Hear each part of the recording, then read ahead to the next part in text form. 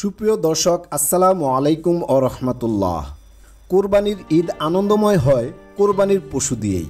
ঈদের আগে পরিবারের আনন্দঘন পরিবেশ সৃষ্টি হয় কোরবানির পশু ঘিরে।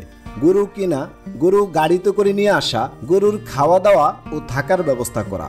আজ আমরা জানব কোন ধরনের পশু কোরবানি দেওয়া যাবে আর কোন ধরনের পশু কোরবানি দেওয়া যাবে না।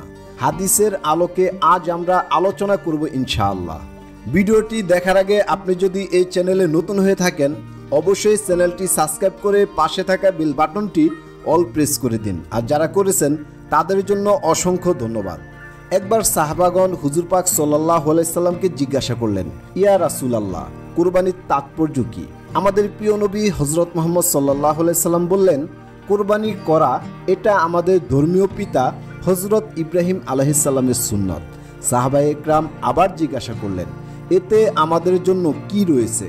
আমাদের প্রিয় নবী হযরত মুহাম্মদ সাল্লাল্লাহু আলাইহি সাল্লাম বললেন, প্রতিটি পশমের বিনিময়ে একটি করে সওয়াব হবে এবং কুরবানির দিন আল্লাহ তাআলার নিকট পশু জবাইয়ের চেয়ে অন্য কোনো আমল বেশি পছন্দনীয় নয়।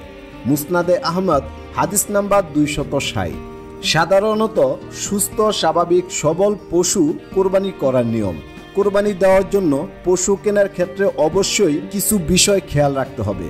কোরবানি করার জন্য শরীয়তে কয়েক ধরনের পশু নির্দিষ্ট করে দেওয়া হয়েছে, যেমন গরু, মহিষ, উট, ছাগল, ভেড়া এবং দুম্বা দিয়ে কোরবানি করা যায়। অন্য কোনো পশু দিয়ে কোরবানি করার বিধান নেই। এই পশুগুলোর বয়স কত হতে হবে তা এখন আমরা জানব। উট কমপক্ষে 5 বছরের হতে হবে। গরু, মহিষ কমপক্ষে 2 বছরের হতে হবে। ছাগল, ভেড়া ও দুম্বা কমপক্ষে 1 বছরের হতে হবে। অবশ্যই 6 মাসের ভেড়া যদি দেখতে মোটা তাজা হয় এবং 1 বছর বয়সের মতো মনে হয় তাহলে তা দিয়ে কোরবানি করা বৈধ। ছাগল, ভেড়া, দুম্বা ইত্যাদির ক্ষেত্রে একটি পশু শুধু একজন ব্যক্তিই কোরবানি দিতে পারবে। গরু, মহিষ, উট সর্বোচ্চ 7 ব্যক্তি মিলে কোরবানি দিতে পারবে। আমাদের প্রিয় নবী হযরত মুহাম্মদ সাল্লাল্লাহু আলাইহি সাল্লাম বলেছেন, একটি উট ও গরু, মহিষ কোরবানির ক্ষেত্রে 7 ব্যক্তি কোরবানির জন্য শরীক হতে পারে। সহিহ মুসলিম হাদিস নাম্বার 1318। আলী রাদিয়াল্লাহু তাআলা আনহু বলেন, আমাদেরকে রাসূলুল্লাহ সাল্লাল্লাহু আলাইহি সাল্লাম আদেশ করেছেন আমরা যেন কোরবানির পশুর চোখ ও কান ভালো করে দেখিনি এবং কান কাটা বা কান ফাড়া ও কানে গোলাকার ছিদ্র করা পশুর দ্বারা কোরবানি না করি। আবু দাউদ 2804 নম্বর হাদিস। কোরবানির পশু হতে হবে দোষ ত্রুটি মুক্ত। পশুর মধ্যে যে সকল ত্রুটি থাকলে কোরবানি দেওয়া যাবে না: 1. দৃষ্টি শক্তি না থাকা, 2. শ্রবণ শক্তি না থাকা, 3. অত্যন্ত দুর্বল, 4.